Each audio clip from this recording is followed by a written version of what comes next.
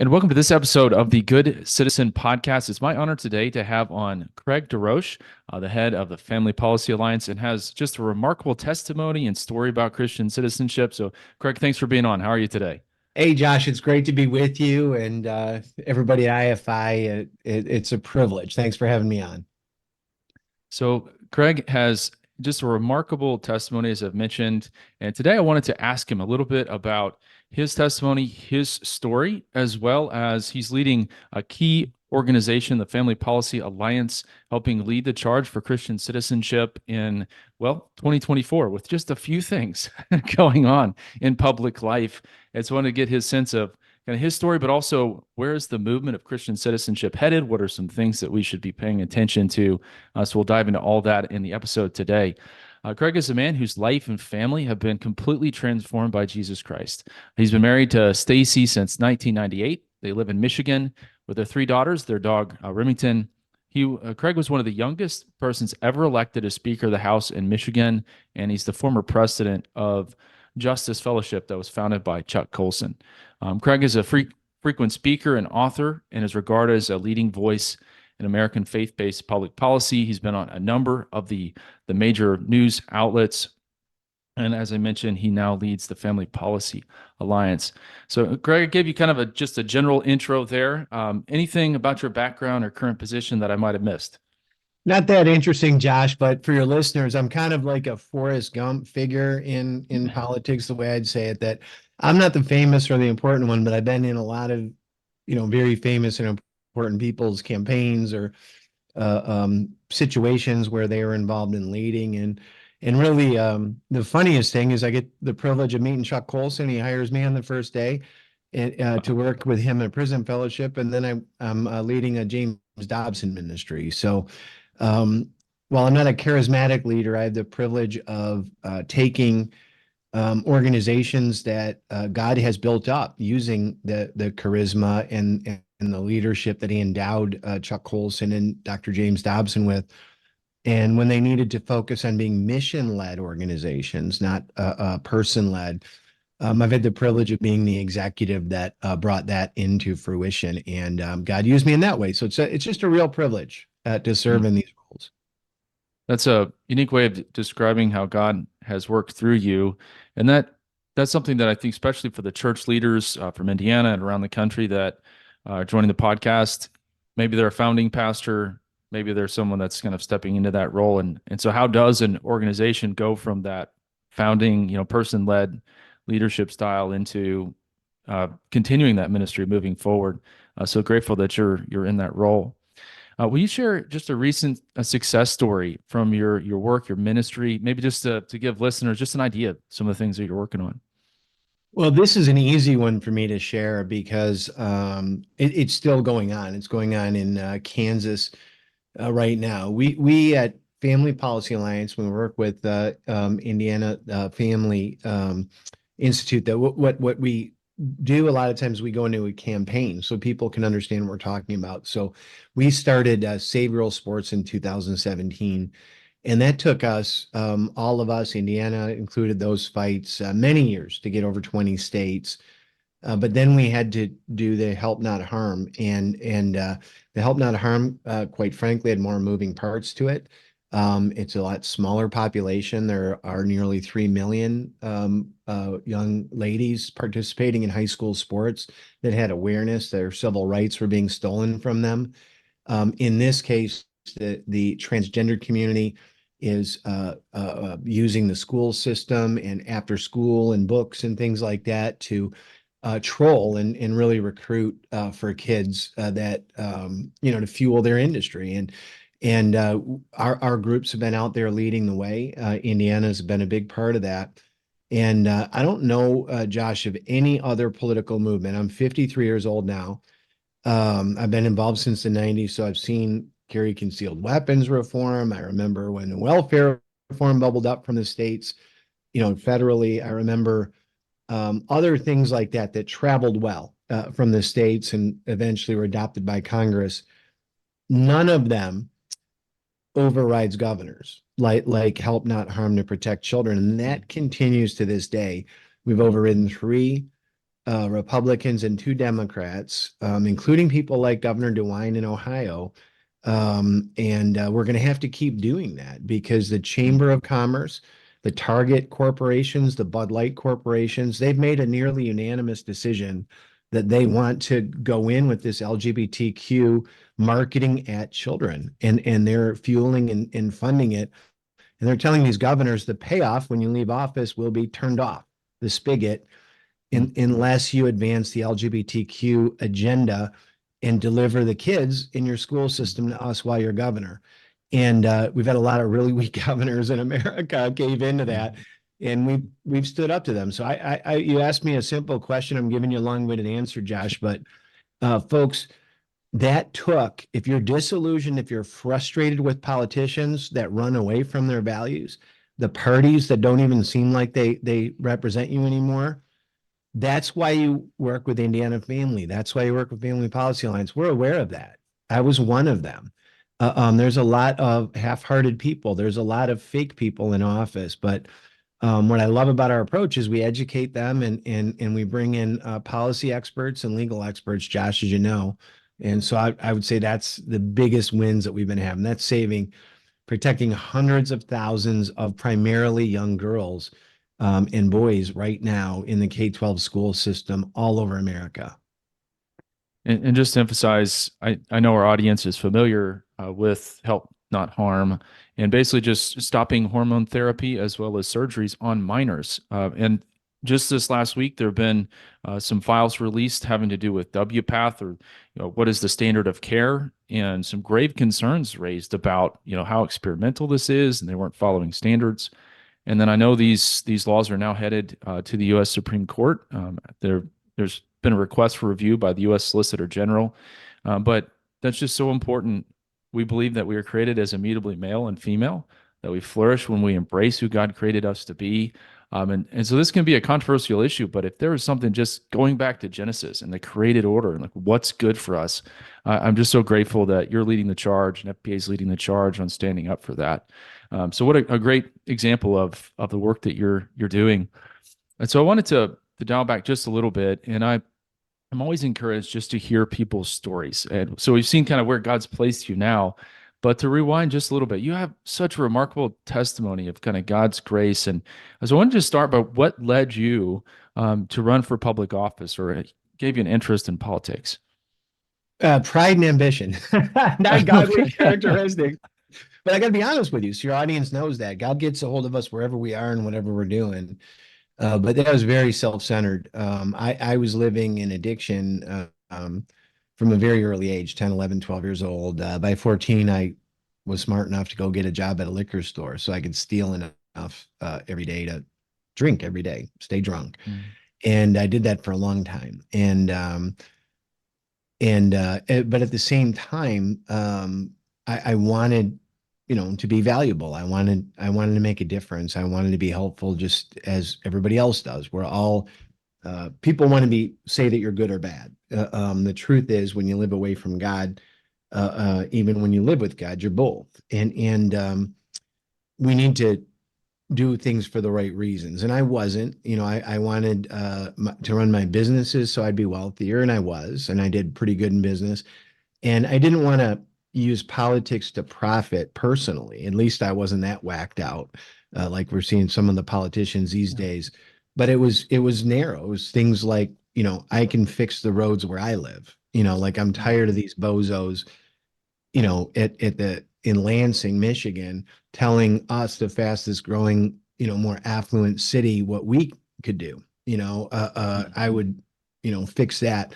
So it was a general poll, and I'd like to think that I did good things because that was my goal when I got there. One of the rules I made for myself was I was never going to depend on politics for my job, because I didn't want to have that conflict, because I saw what that did to people. They start dancing within hours for the money if they want to keep their job. And so I said, I will never, ever, ever be dependent on this for money, for my monthly money. And that kept me free. And to be honest with you, to answer your question, Josh, I think that's how I ended up Speaker of the House 2 years after I get into the House, was because I honestly didn't care about keeping that job. And I honestly didn't care about anything other than, hey, what can we do Mm.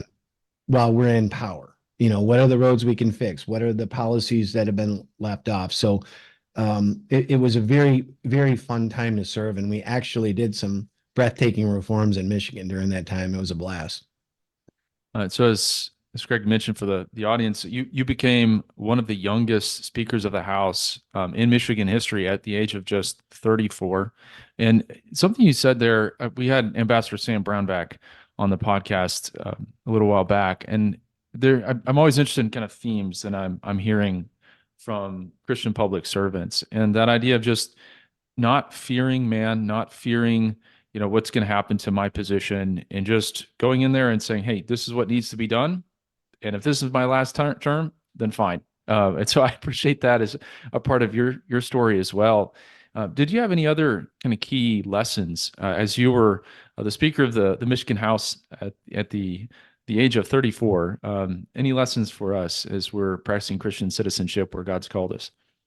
Well, I give you some big ones. That could be a podcast on its own, but Okay. um, the reason why I got involved in politics was this crazy old governor named Bill Milliken from Michigan from like 1960. He succeeded George Romney, to give you an idea of how long it was in the 60s in Michigan. And he caught me one day when I was a kid, and he said to me, "Don't ever grow so cynical as to believe that individuals don't make a difference. That every decision that has ever been made, every decision has been made between two people, whether to go to war, what the speed limit's going to be, how old you're going to be when you drink alcohol. It all comes down to two people that are at odds with each other that are the most powerful people representing the folks that are at odds, and they work out the policy that becomes our rules." And I said, "Why are you telling me this?" And he said, he basically didn't have a reason, but it bugged me, and it's bugged me ever since then. And I got to be one of those people in the room. He's right, by the way. Mm. He was right.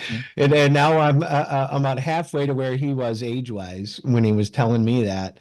And I learned that he's right. And I think that if we can have more Christians spiritually fit in their own life, prepared to be one of those two people in a room when we're working things out.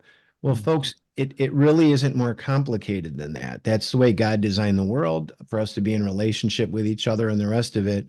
But those two people need a lot of help, right? Because Mm. they're not dictators in America. They're representing, hundreds of millions of people each. And so that's where all the work comes in, is how do you make one of those people, or both of them, ideally, better equipped to serve the Lord, to serve the country that has placed their power in their hands, and that to help them be successful. And we'll know it by its fruit. And in America, we know that fruit isn't produced very well right now, and it's because we're off with who the leaders are, and the direction that those two people are going when they cut a deal. It's encouraging in the sense that, of course, here and then a number of states around the country have launched the Church Ambassador Network, and I'm grateful for the opportunity to lead that here and just emphasize the importance of relationship and pouring into the scriptures and encouraging people personally, but then to follow the Lord and how they hold that public office as a minister of God for our good. So it's encouraging. So you wrote a fascinating book, and I'll show it here in the video, Highly Functional, and it describes the title is A Collision of Addiction, or subtitle Collision of Addiction, Justice, and Grace. And I just found your story fascinating. I'm sure living through it was not so pleasant at the time, but just absolutely fascinating. And so would you dig into a little bit, as you relate in the book, how alcohol affected your family in public service and how that led to interactions with law enforcement? So here's the deal with me, that like I said, I was an alcoholic from a very young age. And by the way, I tried many drugs. Thanks to God, I'm not very successful at taking other drugs. I can't even drink caffeine or take an aspirin. They send my heart into racing things. And if I enjoyed opiates, I would have been dead a long time ago. But they make me itch, and they do relieve pain. I've had to take them after back surgeries and shoulder separations and things like that. But I want to get off them as soon as possible, because the itching isn't as bad as the pain, but it drives me nuts. So God gave me some guardrails that have kept me alive and breathing, and long enough, deep enough into the curve of addiction to a very low bottom for me, where I lost everything, and then I went further. 4 months later, got arrested a second time, to make it really clear to my wife that I was not in a position to be a good husband or a father, that I was further along than my lies um, would lead her and others to believe. And so it was a bottom, as we hear addicts and alcoholics go into, but God made it perfect for me. The police officers arrested me on something that wasn't even against the law, made up stories about me. That helped me because I was lying for so long. It was very helpful to have other people lying about me. I know that might sound really weird to your Mm, audience, but I didn't know how to, I had no credibility to say what the truth was because of my alcoholism. I would have sounded crazier saying, no, the truth is that I wasn't doing what the police said. And so I just had to be quiet and take it for the first time in my life. mm, And I love the Lord for that. He knew exactly how to, if he was throttling me, for those of you that want to think the Old Testament is throttling, it wasn't. It was nothing but love. And it mm, was removing everything. I would say, Josh, to you, it's the scripture. Truly, I tell you this: it's easier for a rich man to ride a camel through the eye of the needle, which is an entrance way to a protected thing, than to enter heaven. And what I would say is that was true. That my success in a material sense, my worldview had me thinking that I was special and big and important, and I couldn't have fit through the eye of a needle. But God systemically, through my addiction and my arrests and everything else, took away everything materially that valued my wife, my relationship with my kids, my ability to earn an income, my house, everything. And if you look at it from that place, from somebody who's gained eternity, I tell people in recovery rooms everywhere I go, mm, what I get is cash and prizes. And of course, they ask what cash and prizes are. I'll say it to your audience, Josh. They're freedom and peace. I'd never mm. experienced either of them until I gave my life to Jesus. But I had to lose everything because I was going to try everything first before I went to Christ. And so that's why I proclaim him so proudly now. Folks, you do not have to spend 29 years destroying your life and the people around you. You can come to Christ right now today. And you can learn what I learned, which, Josh, was that drinking was not my problem, it was my solution. That's what I learned, and that further helps sanctify me. And it informs the work we do today when we talk about things like transgenderism or even abortion or divorce, things like that. Those are not problems, they're solutions to me. And so a good policy would help people with their underlying problems that has them thinking about a divorce, an abortion, or drunk driving, or whatever else they're thinking about doing that makes sense to them. Well, I encourage listeners to pick up a copy of the book because what you described, I mean, just reading what happened, the lying about you, and then in American public life, we don't just kind of enjoy when our political enemy gets, hit. Like, no, we just love it, and we love to kick them while they're down. And so, I can't imagine reading some of those headlines and knowing that your wife and children are reading some of these headlines, and to be able to frame it now as God, in a sense, kind of chasing you, like the hounds of heaven is this, one phrase. I think of how the apostle Paul, God's enemy, God just meets him right there on the Damascus road, um, and then he uses him in an amazing way. So I just find that just an incredible testimony of I hope that things in my life I can see as God moving circumstances around for my good. I'm sure maybe it didn't feel like that at the time, but just it's such a remarkable testimony.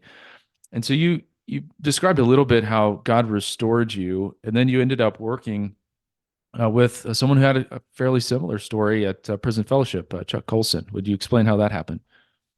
Yeah. So the first day I meet Chuck, the media's following me around in 2010 because they keep kicking my hearing dates, for 2 weeks. And Nowadays, there's no local, news, so they only cover national things. So I wouldn't have been a big deal. But back then, people were not honest about addiction, and we had a very good local news infrastructure. So there was a lot of media following me around and covering this as it happened. And I just stopped talking about my case because I was very aware of what I did. I was very aware of what I was up against. I'd already given my life to the Lord.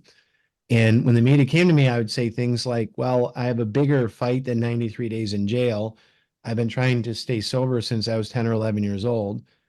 I gave my life to Jesus and I haven't had an urge to drink now in 3 or 4 months. And so that's a bigger deal. I don't care if I go to jail. I'm happier with what I got out of this. And as far as I'm concerned, I might be able to help somebody in jail while I'm there. So I wouldn't Wow. mind it at all. And people would start saying, you talk like Chuck Colson. And I would say, who? Like after people said that like 4 or 5 times, it's like, somebody's going to tell me who Chuck Colson is, right?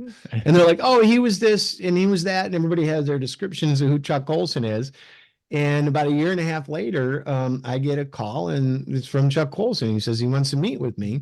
And so I go down there and it was about 10:30 the night before at the guest house there at Prison Fellowship. And I was making tea downstairs and he just got home from dinner and said, could I pinch hit for him with a hearing for the Second Chance Act with some Senate offices in the next day? And I told him I would. And he said that he was too tired. But I'm not sure that Chuck was telling me the full truth there. I think he set me up for a job interview and I wasn't looking for a job because when I got back, he asked me what I was doing and I told him I was waiting for a cab to go to the airport and he said, no, for a living. And he said the exact same words when I said my surrender prayer. I don't want to steal. You told people to read my book, Highly Functional. Uh, um, when I said my surrender prayer, I was in rehab for the third time after my second arrest in 2010. And I told God if he helped me stop drinking, I would do whatever he wanted. I didn't even have my Mm. hands clasped, but I had a very powerful spiritual experience. And the administrator for that rehab had been hearing them going after me on conservative talk radio in the morning. And he said to me, called me right after my prayer and said, I just had this overwhelming feeling you were here, and I've already appealed your case. We're part of a Catholic healthcare system to our board of directors, which is nuns, and we think God's got a bigger plan for you, but you're not going to get to see what it is unless you stay here and learn about Jesus first. This is at rehab. Wow. Within moments of me telling God I'm done and I'll do Mm. it his way. Wow. And then a year and a half later, Chuck Colson says to me, I'm literally looking down at my shoes and my luggage when he said it. And I whipped around. He said, God's got a bigger plan for you, but you're not going to get to see what it is unless you come to work for me. And I said, why did you say that? Yeah. This is what I Uh, believe. It's what I uh, think. And uh, so I went home and I was, my marriage had been restored, proper Christian marriage now. My wife telling me that I was not the person she married 12 years before, but a new person. And she was attracted to this one. This is months after I got sober and we restored our marriage. I know that doesn't happen in every case. I'm not trying to brag on that or even have pride. It's just gratitude that in our situation, that's what God had in store. And we're still together to this day. But she uh, said unmistakably that Chuck was representing what Jesus wanted me to do. Didn't matter how much money we made or how many nights I was on the road, that we needed to serve the Lord. So that was back in 2011. I started working with Chuck Colson, and I worked there until 2020 when the Spirit convicted me in a similar way too, where I was having a blast still doing that. That I needed to go upstream is what the Spirit was convicting me on to help people before they end up in addiction and in the criminal justice system with policies that would help them earlier in their trajectory living away from the Lord. what a remarkable testimony. And I love just hearing, oh, now we're more than 300 episodes in. We've had a chance to talk to so many individuals. And the reason we started the podcast was who's doing the hard work of Christian citizenship. I want to know their stories. And I am more and more convinced we hear stories of people called into pastoral ministry, but just the call of God into public square ministry in a sense. And so uh, at a time, where you surrender and then right away, boom, here's the next step. And then it sounds like you were still a little bit under the sword of some of these court issues while Chuck Colson was talking with you. Is that correct? Did I have Oh the yeah, timeline right? yeah. I was my case was dismissed after a police officer took the stand 6 months after my second arrest and told the story exactly how I would have said it. So Mm. in my version, I believe that's the truth. And the judge's head about popped off. He was so mad that I was arrested.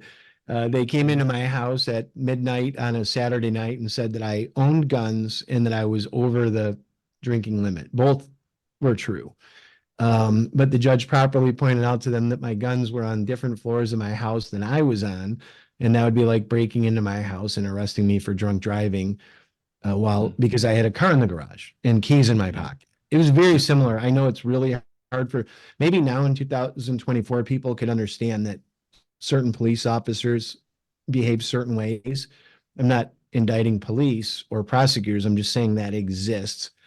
We're becoming aware of that. People are seeing that with President Trump and other things. That that's the grinder that I got in, where they are Mm. allowed to just make stuff up like that. And if you don't have the resources to actually make it to the court where they have to raise their hand in a Bible and swear with perjury to tell the truth, well, then they can make up whatever they want because they just need you to sign a piece of paper to go home, and none of their lies matter. And the Supreme Court has said they're allowed to lie. I thank God had the means to 6 months later get to that day where we went into court Mm. and the police officer said all those things. He couldn't tell if I was drinking. He had my gun. I was on a different floor of my house, and it was dismissed. But that got me involved in the criminal justice reform, obviously with Chuck Colson and others. Yeah. I helped create the First Step Act that has made you can't be pro-life and say that you want a young black kid without a father or a lawyer to get 50, 55 years in jail for having a couple of marijuana cigarettes. I don't want it to be legal, but you're taking away 50 years of someone's life that they probably should get, I don't know, 5 days for and a $500 fine for to teach Yeah. them the lesson not to break the law. An eye for an eye means, Josh, an eye for an eye. It doesn't mean go ahead and cut off their leg and their arm too, Mm. when they took an eye. And that's one of the things that pro-life conservatives got away from. And so I got involved in there, but as we talk about these policies that we're involved in, I want people to understand that I think God wants us to respect liberty and equality and justice in life and these transgender debates first, because you think you're getting it right in addiction, or you think you're getting it right with the marijuana case, like I said, but people don't understand the basis for it or the transaction. And I think that's why God's called me, so to Mm. speak, upstream, because everything we're talking about that the left is putting out is an affront to the words they use of life mattering and equality and justice for children. Justice for a child is having a childhood. We have an entire juvenile justice system, so you don't go to prison for 30 years for getting in a fist fight in the high school, because that's actually normal behavior for a 15-year-old boy. But a 35-year-old, I might want him to be charged with a felony and go to prison for it. So it's just a matter of us, Josh, going back to some of these legislators, and it's like a detachment. They don't even understand that our forefathers had thought through these issues very thoughtfully, and there's answers available to them. And that's a big part of what I think IFI and FPA do so well, is bringing people back to the truth is already written, and we can leverage that every day in the Word. So true. I was struck. I had a chance to visit Lincoln's tomb about 2 years ago, and I've read the Gettysburg Address so many times, but walking through there, beyond the fact that he's buried under 10 feet of concrete because people were trying to steal his body, that was a little hard for me to get over. But then just the words of the Gettysburg Address, dedicated to the proposition or the idea that all people, all men are created equal, and how that intersects with Genesis and the fact that we're created in the image of God.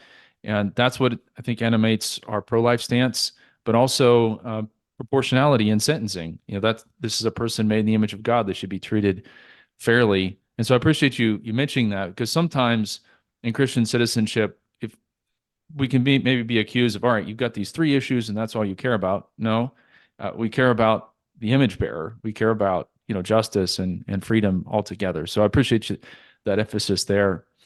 Anything else that you're working on at FPA, and maybe if you could describe FPA just a little bit for those Christians that are trying to understand the landscape of how Christian ministry is done around the United States. Yeah, absolutely. So FPA is the greatest secret that Josh is cutting you in on right now. Whatever you're paying for this podcast, you're not paying enough, and you should support. But truthfully, Yeah.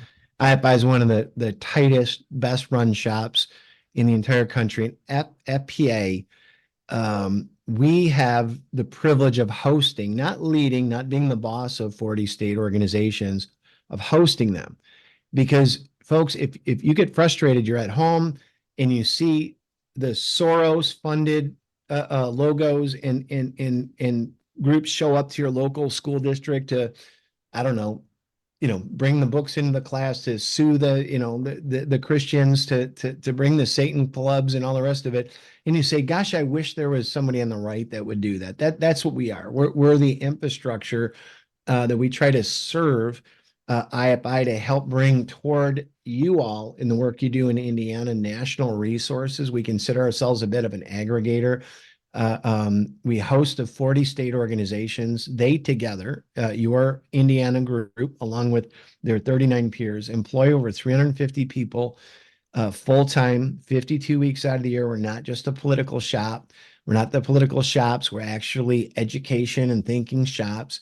And we engage with over 50,000 churches 52 weeks out of the year, not 2 weeks before the election, saying it's the most important election of their lives. Folks, get this. You give money to politicians, you give money to the political parties. It goes to vendors. It goes to for-profit consultants that are at each other's throats right now. And the politicians have they can spend it however they want. But if you support the social conservative organizations that are involved in politics, guess what? We can hold them accountable. We can do two things. One is we can educate them and hold their ground on things like help not harm that are difficult, or save girls sports. And we do that. Indiana does that locally. We do it nationally in our training programs. And that way they're stronger. It doesn't happen magically or easily to override 5 governors going on 6 this week. That was done as a team effort. And by you listening to this podcast, you're being introduced to the team. And we want to work with you because we want to actually educate, come alongside these politicians, want to come alongside the local small C church, right? The church is where you are, because we want to inform the pastors on how to serve you better, and how for you to serve in those roles. And that's really who we are. We're a Christian organization that was created to advance policies to protect your family. That's all we are. But we believe we have some very amazing resources behind that sentence. And one of the only organizations, with the states, not DC led, but led from the states toward DC, backward, like our country was created. And the only way that we're going to find the next way to protect families is with your participation through the Indiana Family Institute. So thank you for explaining that. And I'm grateful to be a part of the network. I've been part of the network for about 5 years. And I've been amazed as I talk to pastors around the country, how few of them know about this network of fellow believers. And so definitely one of the big things I wanted to capture today. And if listeners have heard me talk about, like, people ask me, why am I not in DC? And I respond by, I'm part of a church-led, state-driven strategy for renewing the United States. And especially post Dobbs, that this post Dobbs effect of driving abortion and other issues back to the state. So I think we have, as Christians, the greatest opportunity to impact our own zip code. And I think FPA and the network of family policy councils are a great resource. So if you're not plugged in your state, certainly in Indiana, let us know. But grateful for your work there. I know we're coming close to time. Thank you for the opportunity to be with you today. But did you have any other thoughts for dedicated, committed church leaders, but also other committed Christians in 2024? What are some of the things that we should be focused on and thinking about in the year 2024? Well, listen, 2024 is going to be a volatile year. Some people have referenced it like 68. I don't think it'll be like 68 in the same outcomes will occur. Everybody always likes to do that, but I do think that human beings, as we are, we do form rhythms, and for whatever reason, actually, I do have a couple of reasons for your audience to do. Do you know that Donald Trump and Joe Biden and George W. Bush and Bill Clinton are all about the same age? So Mm. we've been being led since 1992 from people that are the same age. And that's a long time. That's 32 years already, and they're trying to make it 36. Um, Ronald Reagan and John F. Kennedy were about the same age. 1960, 1980. That was only 20 years when they came in. Now, Reagan served 8 more and George H.W. Bush more, and that got them to their 32 for that generation. But the truth is, people get really sick of people that are born within a couple of years of each other in time. And so I think there's a lot of change on the horizon in store for America. Chuck Schumer, Mitch McConnell, Nancy Pelosi are all in that age group as well. I think after this election, by that afternoon or evening, the country is going to be collectively saying, and what's next? If it's Biden or Trump, because of just like I said, the fact of the matter is their generation's been leading us since 1993, January 20th. And so I just think this is a wonderful opportunity. If you're at home, I want you to know that you can't give away something you don't have. That's my advice for you. You can't give away something you don't have. That's what everybody involved in politics right now is doing. They're trying to say, I can't fix myself, so I'd rather fix you. Mm. And that's why we're at each other's throats right now. But I know this audience well for this podcast, and I know that many of you have already been working with the Lord to fix things within yourself. And so I would just encourage you to bring that to your local school board meeting, to your local city council. You don't have to be the Mm. candidate. Give some encouragement to other Christians at that local city council, at that other thing, to the people that want to make it all the way to the state legislature or Congress that can keep that shield from the Lord around them, around their heart and their spirit, if they're the right type of person. 2024 is a very, very inviting time for people to enter the political sphere, because this might not be the year where you're on the ballot, but I tell you, everything is going to be made new again over the next couple of years. And so come on in and get involved, and you can learn a lot from this podcast. And I hope that you get engaged with the organization as well, because this is where the difference will be made. It's going to be made in Indiana, and you've got a great new senator, God willing, coming in there, and I believe governor turnover as well, right? That's correct. Yeah. Yeah. Well, I appreciate that. And I know that we asked a question about kind of a billboard and that thought that you shared about you can't share, you can't give away something that you don't have. And I just think of your story of first, coming to Christ, investing in yourself and getting things right. And then now God's had this amazing season of ministry for you. And so I've asked kind of a battery of questions. Anything else that you might want to share with the audience as we're facing a very important year? No, that's it. And just remember, that you can't give away something you don't have, right? And for those of you, if you've overcome an addiction, if you it doesn't have to be substance. It could be pornography, it could be sex, it could be all sorts of gambling and other behaviors. I just say that know that you have something really important to give to our culture right now, because our culture is unaware. They want to think they're better than us, the folks that have been afflicted by addiction, but they're demonstrating the exact same behaviors, with what they go back to, with their fears and their shame and their guilt and their pride. And so I just really think that those of us that have overcome our pride and our ambition I mean, to the extent that we have, we're not perfect, that have made some grounds against who we were. I'm a big fan of C.S. Lewis, who says, don't judge a person against Christ. That's the wrong yardstick. Measure them against who they were before they met Christ. Mm. Um, I know that there's a bunch of people listening to this that have come a fair way, and I hope you get involved with IFI, because there is no more important year, I believe, in our lifetime, and I back that up now. It's not just a cliche. I'm, I'm telling you, there will be a new generation running our country, and the generation running our country has been doing it since however old you were in 1992. So if you want to let the next generation and the next group of leaders take over in the next 2 years without your input, go ahead. But I think that I would rather be involved in that. I think it's a really important time for us to engage. Absolutely. And thank you for that encouragement. I not thought of framing it that way, but yeah, as I'm seeing, we think of Jim Banks, that's running for Senate here. It's going to be the younger generation, and just the opportunity that we have as Christian citizens to make a difference. So, Greg, thank It's you. scary. Go Jim Banks ahead. is younger than me. I'm feeling old. And folks, you can't see this because if you're driving and you're listening to this podcast, I was 6'5" and had a full head of hair. I'm showing everybody my bald head.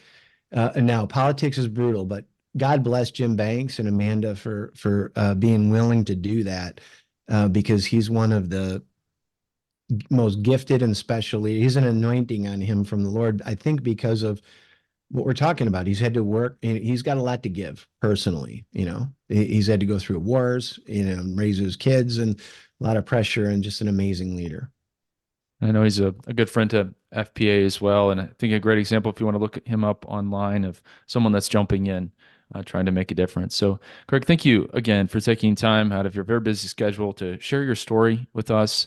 And I think of, as we head into this new season, of Christian leadership that is humble in the fact that we are people that have been remade, and we are in the process of being remade in the image of Christ, and we won't attain that until we have our glorified bodies in heaven, but also confident in what the Bible says is true. And I see those things in you, and I'm just grateful for that example. So thank you again for joining us today, and we'll look forward to staying in contact.